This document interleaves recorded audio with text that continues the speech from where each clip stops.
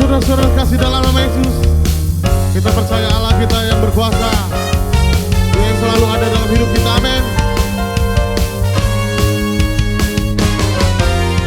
Dengan satu hati kami umat-Mu mengundang Kau Yesus, hadirlah di sini. Kerjakan segala hal sesuai kehendak-Mu, nyatakanlah kuasa-Mu. Berkat-Mu tercurah penuh dan melimpah, semua Kau sediakan bagiku. Berkat-Mu tercurah penuhi hidupku, aku bersuka cita.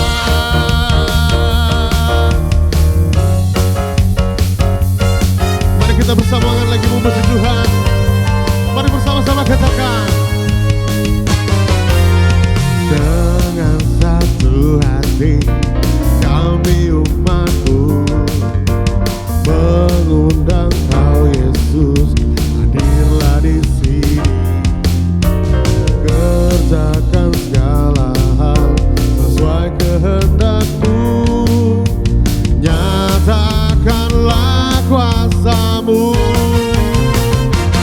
Berkat-Mu tercurah penuh dan melimpah, semua Kau sediakan bagiku. Berkat-Mu tercurah penuhi hidupku, aku bersuka cita.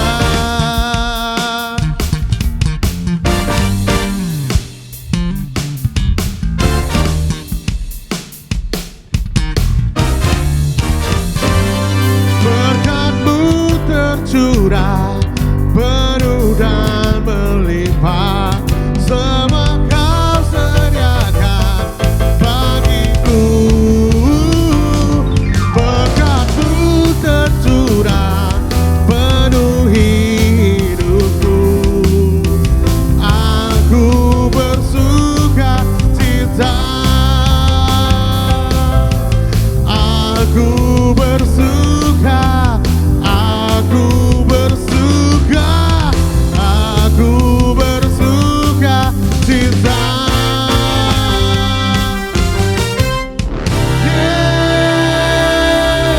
Berkemuliaan dasar Tuhan kita, haleluya. Terima kasih Tuhan, semoga Engkau Allah kami sembah. Terpujilah nama-Mu Tuhan, Kau Allah yang setia Tuhan. Walaupun setiap musim terus berganti, Kau tetap Allah yang ada dalam hidup kami.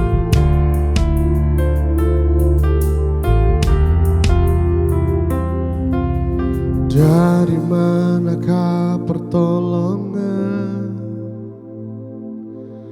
saat ku hilang harapan? Namun selalu Dia bekerja, walau ku belum melihat. Tenanglah, Dia telah menanti. Sekalipun musim-musim terus berganti, bersabarlah, jangan menyerah. Sekalipun hati dan dagingku telah habis lenyap, Yesuslah bagianku. Dia memegang seluruh hidupku, ku percaya Dia Allah yang setia.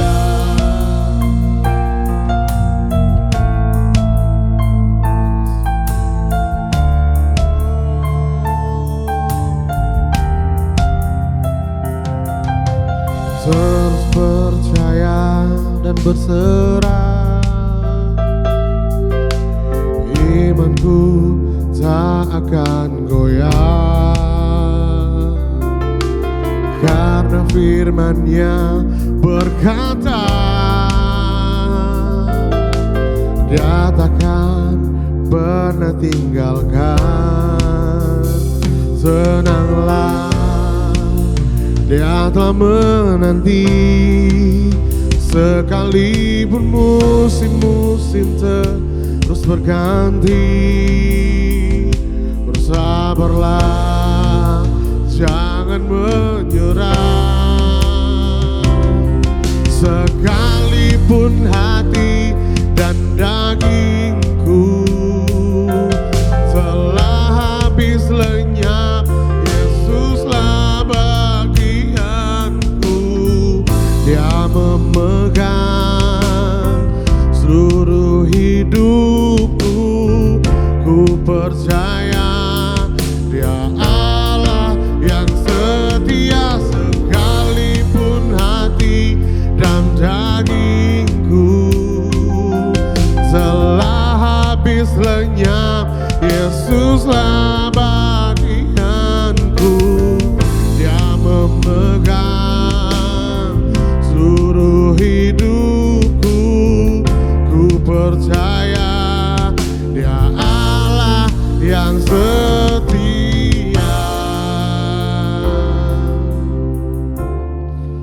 Setia.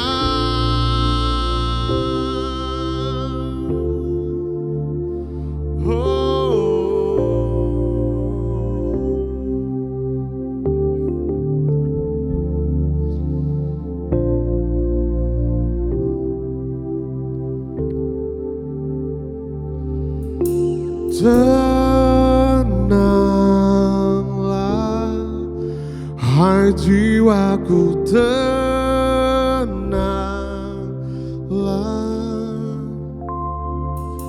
tenanglah, hai jiwaku, tenanglah, tenanglah, hai jiwaku, tenanglah,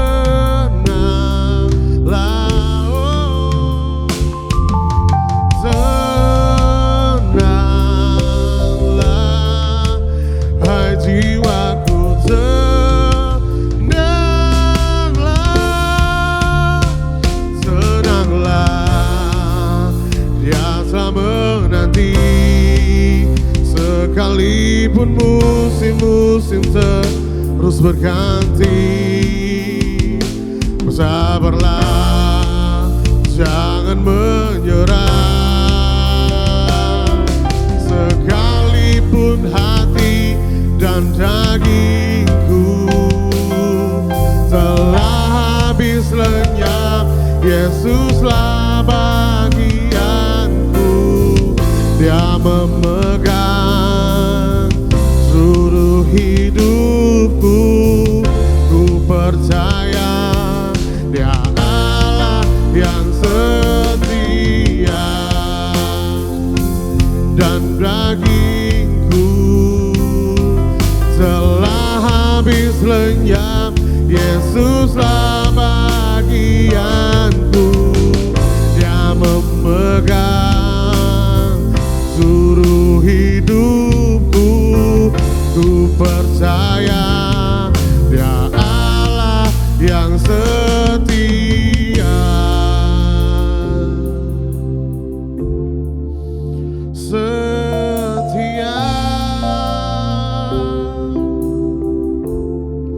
Oh, terima kasih Tuhan, kami percaya kuasa-Mu Yesus.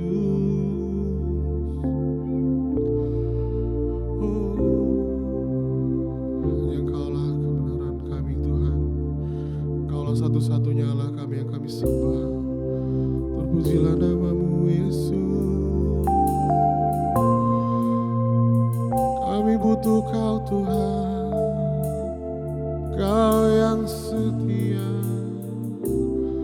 Kami berserah padamu Tuhan. Terima kasih Yesus.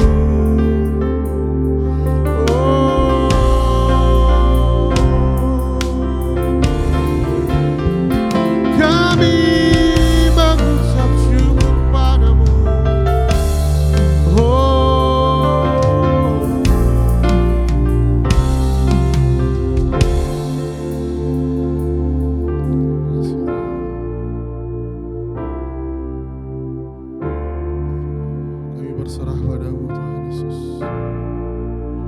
Kami mau menyerahkan hidup kami ke dalam tangan-Mu Tuhan. Sebab Engkau yang berdaulat atas hidup kami Tuhan.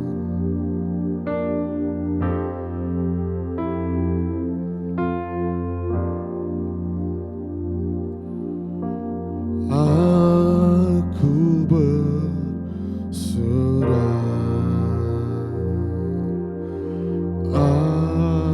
Aku berserah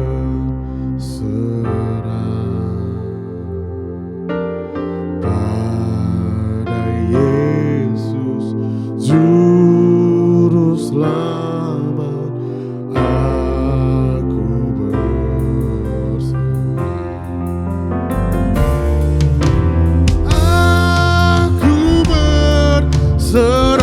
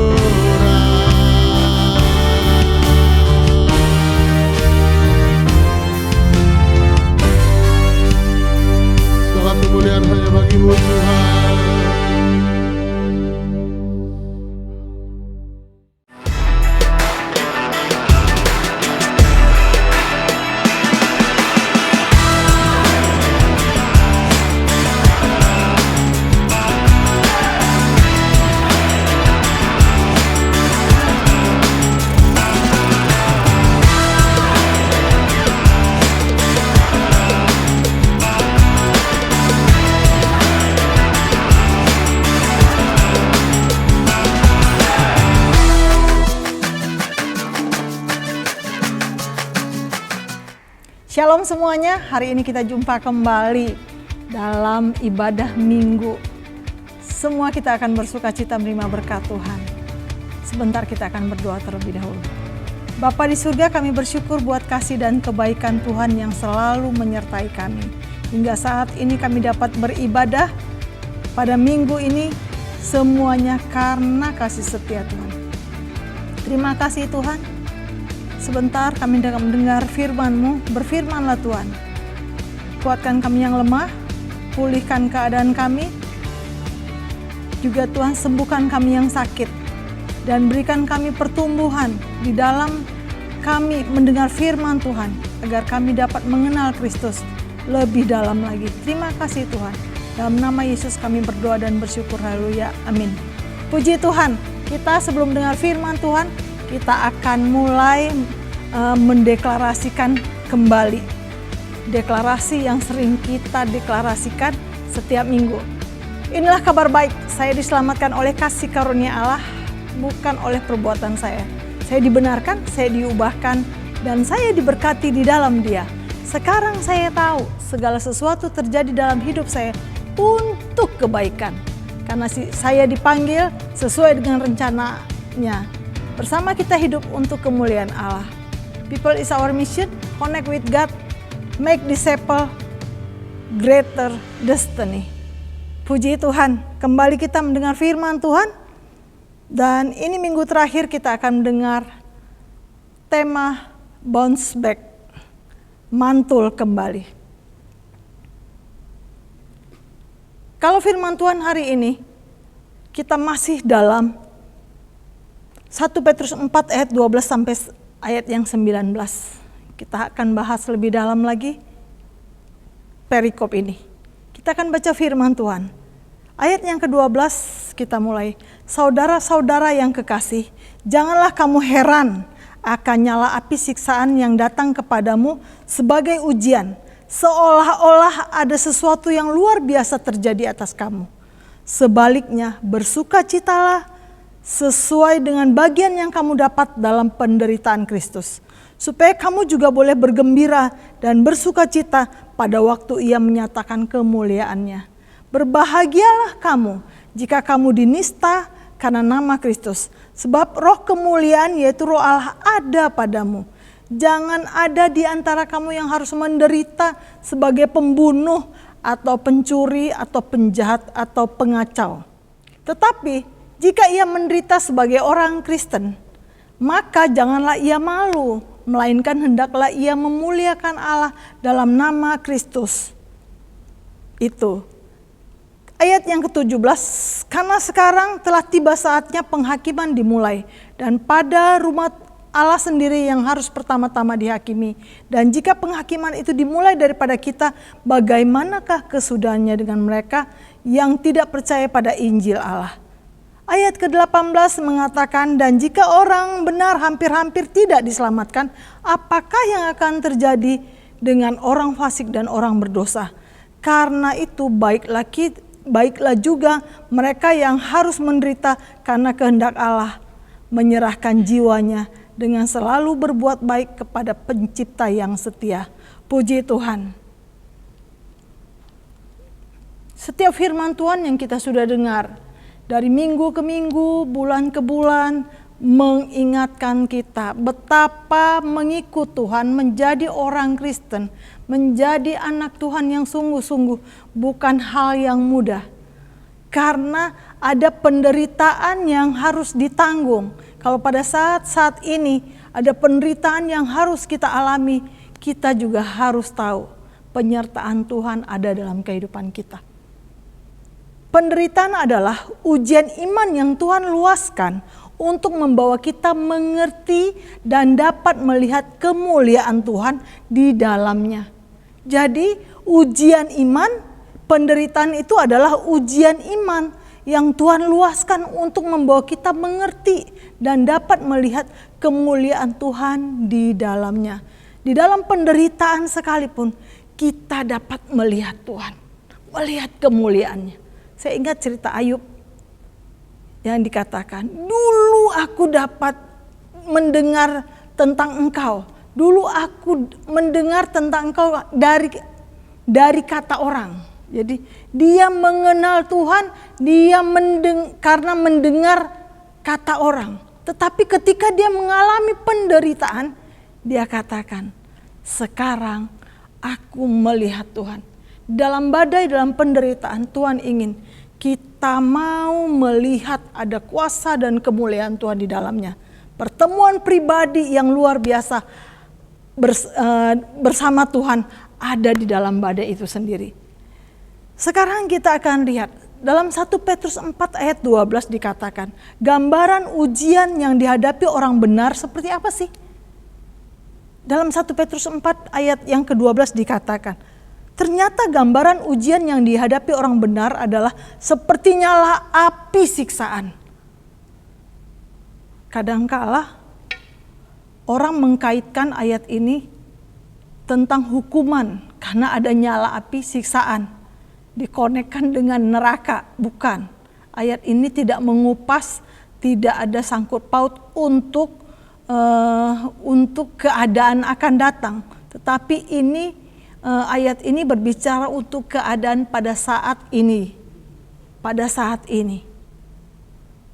Petrus menuliskan surat ini kepada orang-orang percaya yang merantau keluar kota, keluar dari Yerusalem. Orang-orang Yahudi, orang-orang percaya. Dikatakan gambaran ujian yang akan dihadapi orang-orang benar, orang-orang percaya di tempat-tempat perantauan mereka adalah seperti nyala api siksaan. Berarti penderitaan itu atau ujian yang Tuhan luaskan dalam hidup kita bukan yang mudah, berat, dan sulit. Di ayat 12 yang terakhir dikatakan seolah-olah ada sesuatu yang terjadi atas kamu. Seolah-olah dengan penderitaan itu kita merasa seolah-olah ada terjadi yang begitu luar biasa dalam hidup kita. Jadi harus kita ketahui, yang harus orang benar ketahui, yang harus anak Tuhan ketahui, yang harus jemaat ketahui. Seberat apapun ujian atau penderitaan, kalau itu atas kehendak Allah, tetap harus kita hadapi. Yang pertama yang harus kita tahu sebagai orang percaya, seberat apapun ujian atau penderitaan, kalau itu atas kehendak Allah, tetap harus kita hadapi. Kedua, yang harus kita ketahui soal penderitaan dan soal ujian adalah ujian selalu membawa kita naik level. Ketika kita diperhadapi dengan penderitaan, ketika kita diperhadapi dengan ujian, dikatakan itu membawa kita untuk naik level, naik tingkat. Di dalam iman ada kenaikan.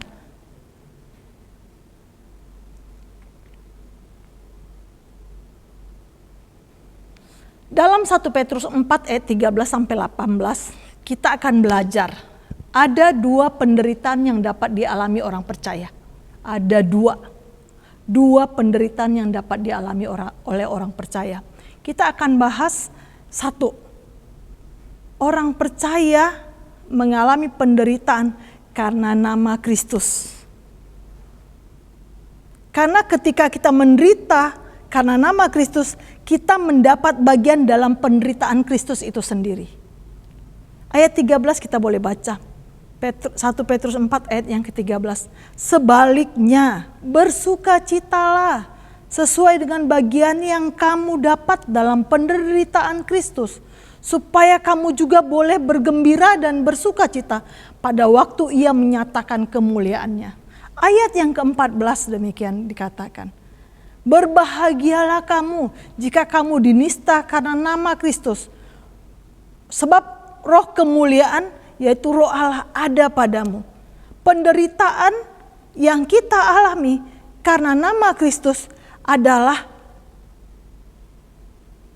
menyatakan bahwa kita mendapat bagian dalam penderitaan Kristus. Untuk itu dikatakan bersukacitalah, berbahagialah kamu. Ketika penderitaan itu kita alami, Petrus mengatakan, hendaklah kita bersukacita karena kita mendapat bagian dalam penderitaan Kristus. Kalau Kristus saja, Yesus saja datang ke dunia, mengalami penderitaan, ditolak, dihina, diadili, dianggap enggak benar. Kadangkala banyak hal yang di kampungnya sendiri dia ditolak. Jadi dikatakan di sini, kalau kita mendapat bagian dalam penderitaan Kristus, bersukacitalah. Karena Yesus ketika ada dalam dunia ini juga dia tidak enak-enak saja. Lahir saja sudah dikejar, sudah mau dibunuh, harus pindah, lahir di kandang domba. Tidak seenak kehidupan kita sekarang. Apalah penderitaan kita dibandingkan dengan penderitaan Kristus. Di saat Dia datang ke dunia ini, di saat dia hidup dalam dunia ini. Jadi kalau kita mengatakan, memposisikan kita ini adalah anak Tuhan, murid Kristus, betapa bersukacitanya dan berbahagianya lah kita kalau kita mendapat bagian dari penderitaan Kristus. Ketika kita mendapat bagian dalam penderitaan Kristus, kita akan mendapatkan juga dalam kemuliaannya. Kita juga akan mendapatkan juga bagian dalam kemuliaannya. Jadi kalau dalam penderitaannya saja kita ada bagian kita di dalamnya, dalam kemuliaannya kelak kita juga mendapat bagiannya. Paulus menuliskan dalam Roma 8 ayat 18. Sebab aku yakin bahwa penderitaan zaman sekarang ini tidak dapat dibandingkan dengan kemuliaan yang akan dinyatakan kepada kita. Penderitaan yang kita alami sebagai anak Tuhan tidaklah dapat dibandingkan dengan kemuliaan yang Tuhan akan berikan bagi kita kelak.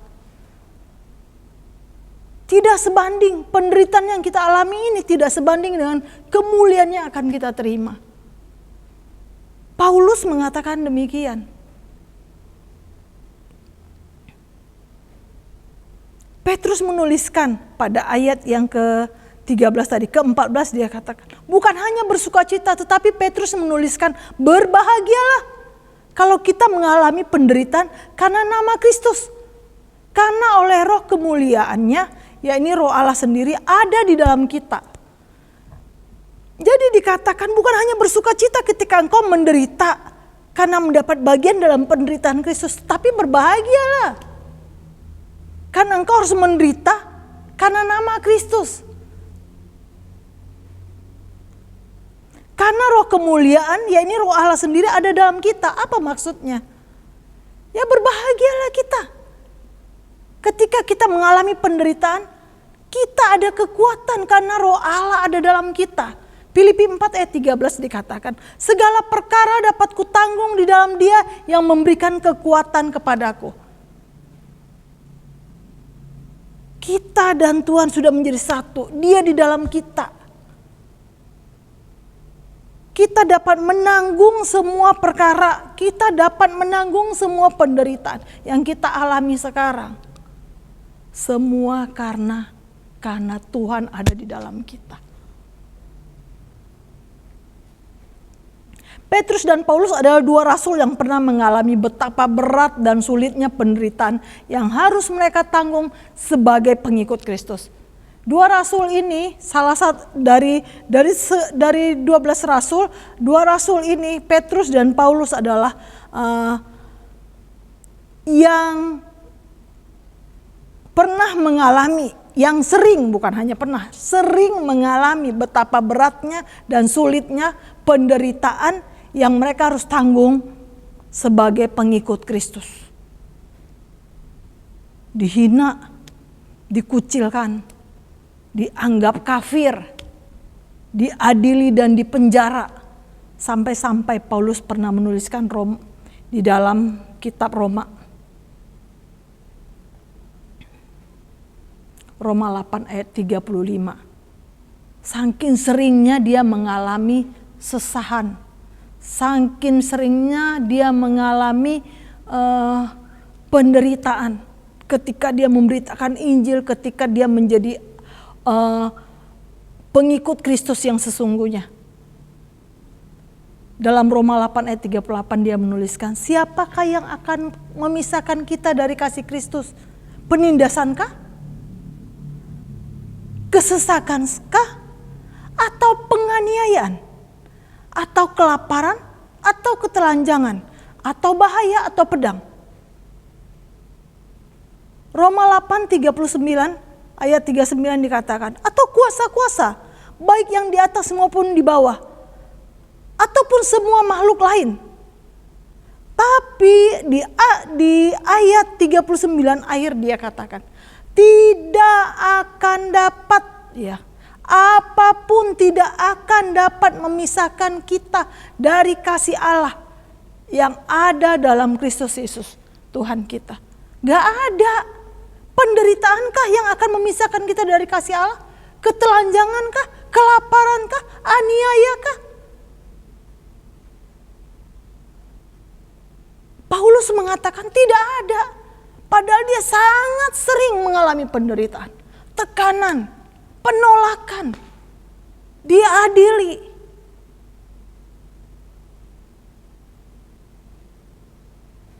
Jadi Rasul Paulus sendiri yang mengalami sesah yang begitu banyaknya, penderitaan yang begitu sulitnya.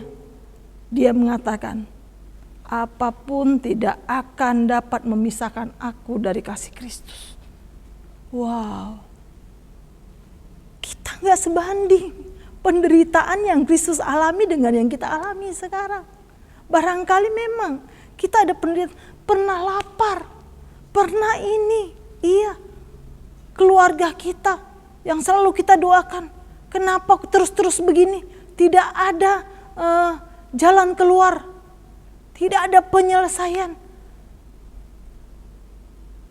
Yang kita alami penderitaan.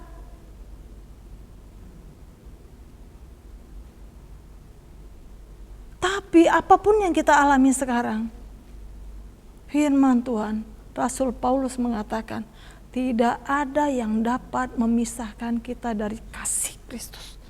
Tidak ada.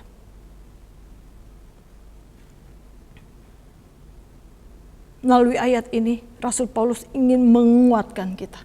Bagi siapa kita di antara semua yang sedang mengalami penderitaan pada saat ini. Apapun boleh kita alami. Apapun boleh datang. Pencobaan seberat apapun boleh kita alami. Ujian apapun boleh diluaskan. Tetapi semuanya itu tidak dapat memisahkan kita dari kasih Kristus. Kita harus kuat, kita harus bangkit, kita harus semangat. Jangan menyerah, jangan terlena. Sudahlah, begini sajalah, sudah keadaan tidak akan bisa berubah. Sudah bertahun-tahun berkeluarga, sepertinya tidak ada jalan perubahan, tidak ada perubahan. Tuhan tidak membuka jalan, aku sudah capek berdoa begini terus. Jangan pernah menyerah. Bangkit. Ada waktunya Tuhan akan tunjukkan kemuliaannya bagi kita ketika kita bisa bertahan. Yang kedua, tadi dalam 1 Petrus 4 ayat 13-18 ada dua penderitaan yang dapat dialami oleh orang percaya. Pertama dikatakan adalah penderitaan ketika kita menderita karena nama Tuhan. Ya, menderita karena nama Kristus, mendapat bagian dalam penderitaan Kristus. Dan selanjutnya kita akan melihat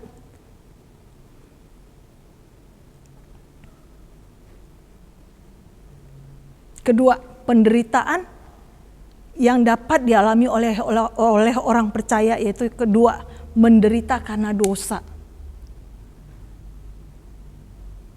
Ayat ke-15 Petrus mengatakan, janganlah ada di antara kamu yang harus menderita sebagai pembunuh atau pencuri atau penjahat atau pengacau. Petrus menuliskan ini, Petrus menuliskan jangan kita menderita karena kejahatan. Karena dia tahu, dia mengingatkan kalau kita menderita karena kejahatan atau karena kesalahan kita, itu hanyalah bentuk konsekuensi dari apa yang sudah kita lakukan. Bukan hukuman dari Tuhan. Seandainya kita harus menderita karena kesalahan yang sudah kita buat, karena dosa yang sudah kita lakukan, Petrus ingin menjelaskan, jangan sampai kamu menderita. Kalau kamu menderita karena kamu mengambil bagian dari penderitaan Kristus, karena mendapat bagian dari penderitaan Kristus, itu tidak menjadi masalah. Bersukacitalah dan berbahagialah. Dan ayat ke-15 dibilang, jangan ada di antara kamu menderita karena membunuh, mencuri, engkau penjahat atau pengacau. Jadi jangan menderita karena dosa. Karena menderita karena dosa kita juga bisa mengalaminya. Untuk itu dia katakan di dalam tulisannya, jangan sampai kamu menderita karena dosa. Kenapa? Kadangkala kita ketika mengalami penderitaan atau masalah besar, kita selalu cross check ya. Apa ya masalahku? Kenapa aku dosa apa aku? Memang itu bukan hukuman, tetapi itu konsekuensi dari apa yang kita sudah lakukan. Tapi tidak semua masalah dan penderitaan yang kita alami akibat kesalahan, akibat dosa, tidak. Ada yang berbentuk ujian daripada Tuhan untuk menguatkan kita, untuk iman kita dapat naik level. Tapi ada juga penderitaan yang kita alami karena apa? Karena kesalahan kita. Tapi itu bukan bentuk hukuman dari Tuhan. Konsekuensi daripada kesalahan yang sudah kita perbuat.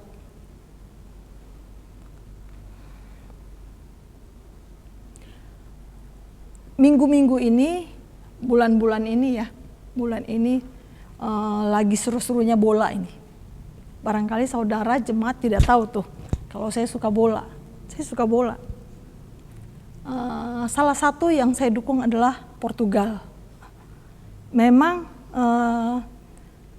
Kamis subuh saya nonton tuh Portugal melawan Prancis. Ini orang-orang kuat ini. Waktu pertandingan itu di rumah kami ada dua.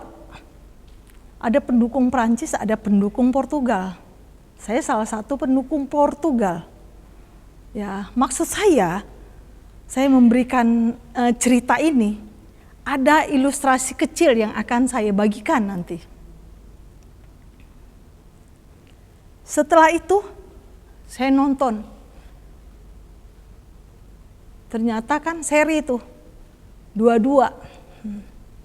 Senang juga saya, karena kalau kalah Portugal dia tidak dapat masuk 16 besar. Tapi karena dia seri, kayaknya masuk deh dia. Nah, saya senang juga walaupun tidak menang, tapi seri aja deh. Yang penting dia bisa main terus dan saya bisa nonton gitu. Tapi saya bukan mau kasih ilustrasi di sini tentang Portugal atau Prancis pada saat yang saya nonton kemarin. Nah, bukan. Tapi di sini saya mau kasih tahu, saya paling nggak suka kalau permainan sepak bola itu suka ngoper-ngoper bola itu di daerah gawang sendiri. Menurut saya itu kan zona yang tidak aman itu. Mereka oper-oper bola di situ, oper-oper. Kalau lengah kan bola itu bisa masuk ke gawangnya dan akan memberikan poin kepada lawan. Kalau orang oper-oper bola di arena lapangan, tidak di zonanya gawang, gak apa-apa bagi saya ya. Tapi kalau mereka oper bola di daerah gawang, saya pikir ini berbahaya, beresiko. Karena ketika lengah bisa saja bola itu menggelinding masuk. Ujungnya apa? Gol bunuh diri, dapat memberi poin kepada lawan. Seandainya itu terjadi, ada orang menendang bola di gawangnya dan memberi poin kepada, itu kan kesalahan. Kalau sama tim dia bisa aja katakan sorry, tapi pasti ada konsekuensi dari tim juga. Pasti ada yang barangkali kita tidak tahu, karena itu kesalahan. Tidak mungkin kesalahan itu fatal, bisa membuat kalah. Kalau kita beri nilai kepada yang lain dan kita tidak bisa menggolkan, kan itu bisa fatal, bisa kalah. Ini saya kasih contoh saja bahwa kesalahan-kesalahan kita memang Tuhan ampuni. Tuhan lu ampuni, lupakan. Orang firman Tuhan katakan sejauh barat dan timur dia tidak ingat lagi kesalahan dan dosa kita. Tapi kita masih di dunia ini ada konsekuensinya.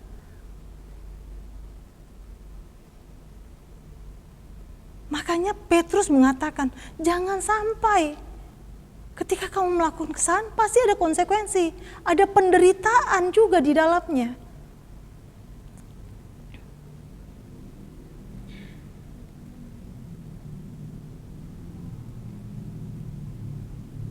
Dalam 1 Yohanes 1 ayat 9 dikatakan, jika kamu mengaku dosa, jika kita mengaku dosa kita, maka Ia adalah setia dan adil, sehingga Ia akan mengampuni segala dosa kita dan menyucikan kita dari segala kejahatan. Memang di saat kita mengaku, ada pengampunan dari Tuhan dan tidak ada hukuman kekal di dalamnya. Ketika kita melakukan dosa, ketika kita mengaku dan minta ampun, ada pengampunan. Dia setia dan adil, mengampuni dosa kita, menyucikan kita dari segala kejahatan. Dan tidak ada hukuman kekal di dalamnya, tidak ada. Tuhan sudah selesaikan di kayu salib. Tapi konsekuensi dosa itu sendiri akan kita alami ketika kita masih ada dalam dunia ini. Inilah yang dimaksud ayat 17. Ayat 17 mengatakan penghakiman itu adalah bentuk pertanggungjawaban atas apa yang kita lakukan. Jadi Petrus ini berbicara, menuliskan surat, mengatakan, kalau engkau melakukan kesalahan, engkau menderita karena kesalahan, engkau akan masuk ke dalam penghakiman. Di ayat yang ke-17, harus mempertanggungjawabkan apa yang kita lakukan. Setiap orang akan berhadapan dengan penghakiman. Perikop cerita ini bukan menceritakan untuk penghakiman kekal ya. Ini untuk pada saat ini perikop ini berbicara. Jadi dikatakan kalau engkau menderita karena kesalahan atau karena dosa, pada ayat ke-17 kita masuk dalam harus mempertanggungjawabkan setiap yang kita lakukan. Jadi ada konsekuensinya. Bukan bentuk hukuman dari Tuhan. Itu juga masuk penderitaan. Ketika kita ketika kita melanggar sesuatu dan kita harus menjalankan sesuatu, harus bertanggung jawab, harus ini melakukan prosedur seperti orang melakukan kesalahan dibawa ke pengadilan. Kalau pengadilan pasti menghukum dia. Kalau Yesus kita minta ampun selesai. Tuhan mengampuni. Tapi konsekuensi yang kita dari dosa, dari kesalahan itu membawa penderitaan sendiri kepada kita. Ada malunya. Di situ semuanya ada penderitaannya. Barangkali hukuman sosial. Orang menjauh, orang tidak mau dekat, tidak akan percaya lagi. Itu konsekuensi dari apa? Dari yang kita pernah lakukan. Jadi dikatakan itu pun kita harus kuat. Karena memang penderitaan yang harus kita tanggung. Inilah dikatakan. Dan ayat yang ke-18 lebih dalam lagi dikatakan. 1 Petrus 4 ayat 18. Dan jika orang benar hampir-hampir tidak diselamatkan, apakah yang akan terjadi dengan orang fasik dan orang berdosa? 1 Petrus 4 ayat 18 ini sangat berhubungan. Ketika saya membaca buku tafsiran, itu berhubungan dengan Amsal 11 ayat 31. Amsal 11 31. Kalau orang benar menerima balasan di atas bumi, lebih-lebih orang fasik dan orang berdosa. Ayat ini tidak ada kaitannya tentang keselamatan hidup kekal. Tetapi Petrus menjelaskan kalau orang benar saja tidak luput dari penderitaan akibat konsekuensi dosa yang dilakukannya dan apa yang terjadi dengan orang fasik dan orang berdosa yang tidak memiliki penebus. Mereka akan menerima penderitaan terhadap dosa yang sudah dilakukan dan upah dosa maut yang mereka akan alami di kekekalan. Ini ayat ini mengatakan jika orang benar saja hampir-hampir tidak diselamatkan. Jika orang benar saja mendapat ganjaran, mendapat konsekuensi dari kesalahan yang mereka lakukan, masuk dalam penderitaan itu. Bagaimana dengan orang fasik dan orang berdosa? Kalau orang benar kan ketika melakukan kesalahan ada penebus, ada Tuhan. Tuhan aku ampuni aku, seperti ayat yang awal katakan. Allah setia dan adil, Tuhan setia dan adil. Ketika kita datang mengaku dosa, Tuhan mengampuni. Tetapi satu hal yang tidak bisa dielakkan adalah konsekuensi dari dosa yang kita lakukan. Itu kita masuk dalam penderitaan karena kita perbuat. Gimana orang berdosa dan orang fasik? Udah gak ada penebus, mau kemana larinya? Orang berdosa saja melakukan kesalahan.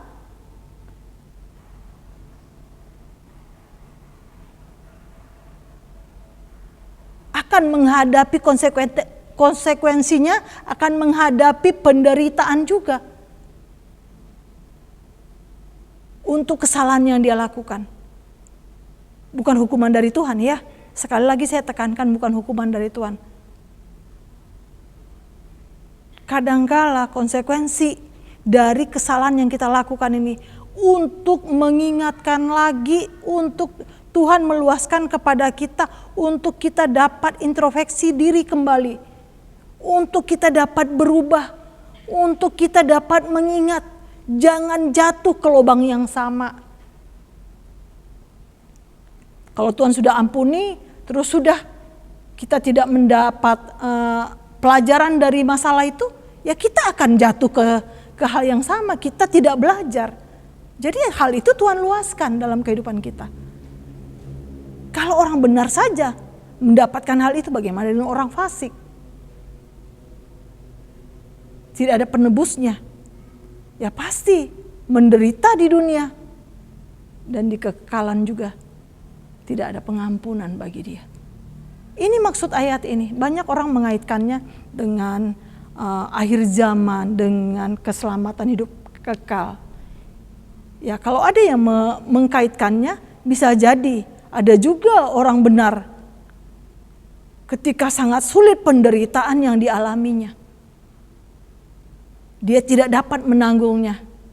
Dia melakukan hal-hal di luar daripada yang tidak membawa keselamatan bagi dirinya. Memang bukan karena perbuatan kita diselamatkan, karena kasih karunia. Tapi ada orang agar tidak menderita terus-menerus, agar dia dapat keluar dari kesulitan ini. Iman pun dia tinggalkan. Kristus pun dia bisa tinggalkan. Bisa. Itulah bicara.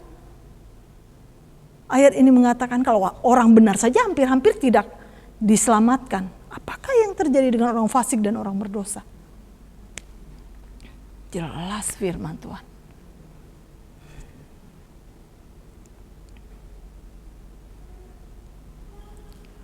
Untuk itulah ayat 19 mengatakan, marilah kita orang percaya untuk selalu berbuat baik walaupun dalam kesulitan.